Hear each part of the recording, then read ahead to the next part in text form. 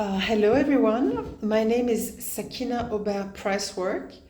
I'm a professional medical coach and a professional ICF coach. I'm based in Geneva, Switzerland, and I'm very, very honored to have been invited by the Iran Coaching Network to participate in your conference on the topic of health coaching.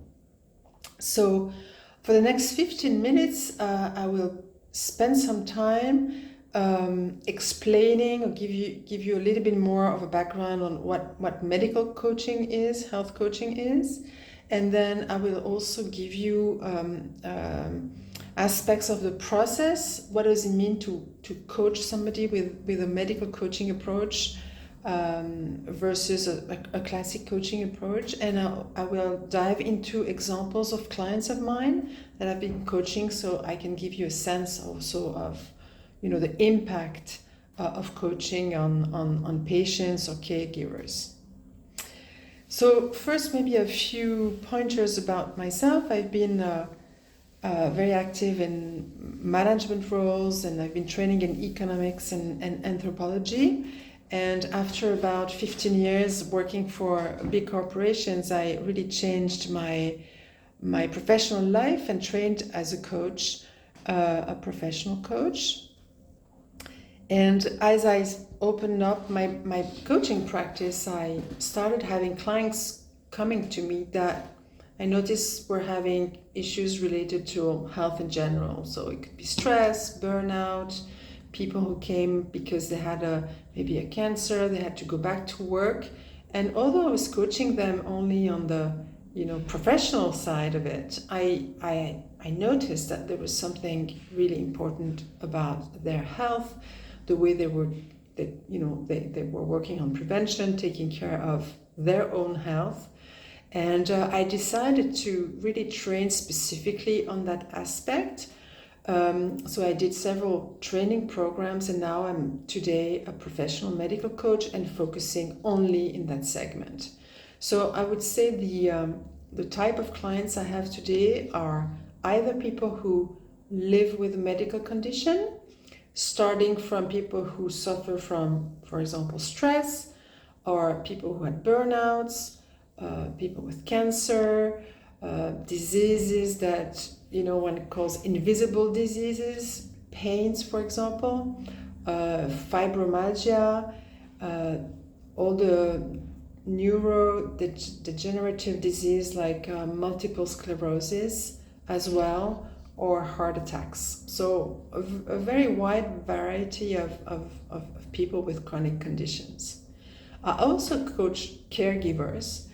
Caregivers are the people who care for the person who in their body has the medical condition. But as we often say, in the case of cancer, for example, there is the person who carries the disease in their body, but that the whole system, the whole family also suffers from the cancer. So it's important to have this kind of, I could call that maybe a systemic approach in terms of coaching. And the third category of person I coach are healers, so nurses and doctors. And I've been coaching people in hospitals, clinics, or even private practice. And that's really the other side of the coin. So maybe a different type of coaching, but at the same time, as a person suffering from a health condition, our doctor or our nurse is the most important person for us, and they also mirror some of the conditions we may have. So this is the third category. So in a few minutes I will maybe go over a few definitions and explaining the mechanism, the process of medical coaching, health coaching, and then I'll give you examples of clients I have in my practice and how I coach them, and what the results are as I observed. Maybe one thing I could also add is that I'm involved in also associations. For example, an association called Healing Joy, whose focus is to help people find joy in their life, people who suffer from severe medical conditions, because one knows that joy, or the ability to connect to joy, is a great mechanism to heal as well. And I think that brings us to a very important point, is what's the definition of health? So in medical coaching, we use the World Health Organization definition of health, which is not just the absence of a disease, but it's the whole person. We take a holistic approach, and health is the physical health, but also the emotional health, the relational health, and we can go as far as the spiritual health. So it's really taking the person as a system with all the aspects and not just the physical condition. So you could even go as far as saying that a person is healthy from that definition while carrying a medical condition that doesn't disappear. I'm thinking, for example, about diabetes. That's something that goes all the life. But the person can be healthy because they have health in all aspects of their life, and they're able to take responsibility to manage their physical problem. Okay. So in medical coaching, and I think it goes back to coaching, is that we really focus on empowering our client. And I'm saying client and not patient. So this is a very big change compared to what happens in the medical world, at least here in Switzerland, or I would say more generally in Europe, where when somebody has a disease, they suddenly become a patient. And in the word patient, there is the passivity of it. And we as coaches, as you know, you're all coaches, one of the key things is that the client takes the responsibility. So it's a real paradigm shift where in medical coaching, our client carrying the disease will be responsible for his or her own, recovery and health. This means that they will, of course, be in contact with doctors and nurses, and take advantage of all the science has to bring. But they see themselves as a partner to the medical personnel that is around them, and not as somebody who is the recipient, with the doctors on the top saying what should be done, and the patient below kind of laying down and waiting for something to happen. So we really have a shift of position in this type of coaching, where we have on one hand the person with the disease, and on the other hand all the we call that resources around him or her, including of course the doctors, to work with them. So I think this is also important when I work with doctors, to help them see these paradigm shifts, because doctors have this place in society where there were always people who knew, they knew, and they had the knowledge, and they have access to the science, and they give their recipe to heal. Here we are in something quite different in terms of how we look at the relationship. The second thing that is important is we take the person with a holistic approach. So it's the person as a whole, with every level, every experience, every value, every beliefs of the person.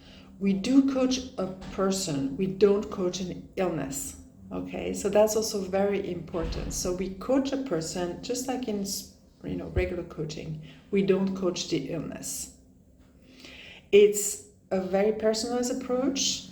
The premise here is that the person has a subjective narrative. Every person sees their health differently.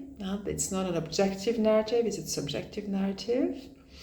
And then it's a dynamic approach. It's a process, it's a journey. And medical coaching is a process really that enables clients to develop emotional, mental, and physical resilience in a medical challenge. We are in healing, and healing being an experience of health to become self, to transform. So there is this notion also of self-transformation. We're not in curing. Curing is about fixing the problem, okay?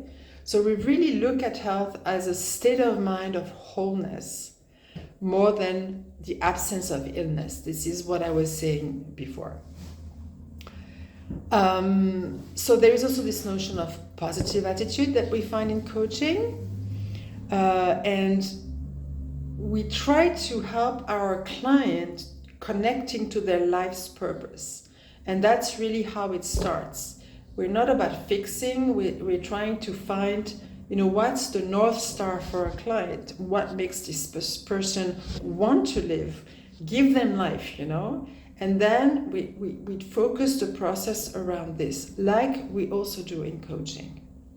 So the impact, there are several impacts. More well-being, and well-being from a physical, but also from an emotional and relational standpoint. We also help them bring clarity. For example, when they have to make choices, there's a lot of information, so we can help them bring clarity, not make the choices. One thing that we really have to remember when we coach people with health issue is that we are not replacing the doctor, and we never give an opinion on what the doctor says, but we can help our client clarify, for example, information they need or choices they want to make. For example, asking for a second opinion, okay? The impact is we help them communicate, how do they want to communicate with their parents, colleagues about the health issues they're having. We help them implement new behaviors, for example, to prevent a disease to occur again. We help them develop new resources, work on their energy. Very often when you had a medical condition, I work a lot with people with cancer, so there's also this question of fatigue, people being very, very tired. So here I work with them around an energy plan. So how do I keep feeding up my energy so that I can go on with my day and do my job or taking care of my family.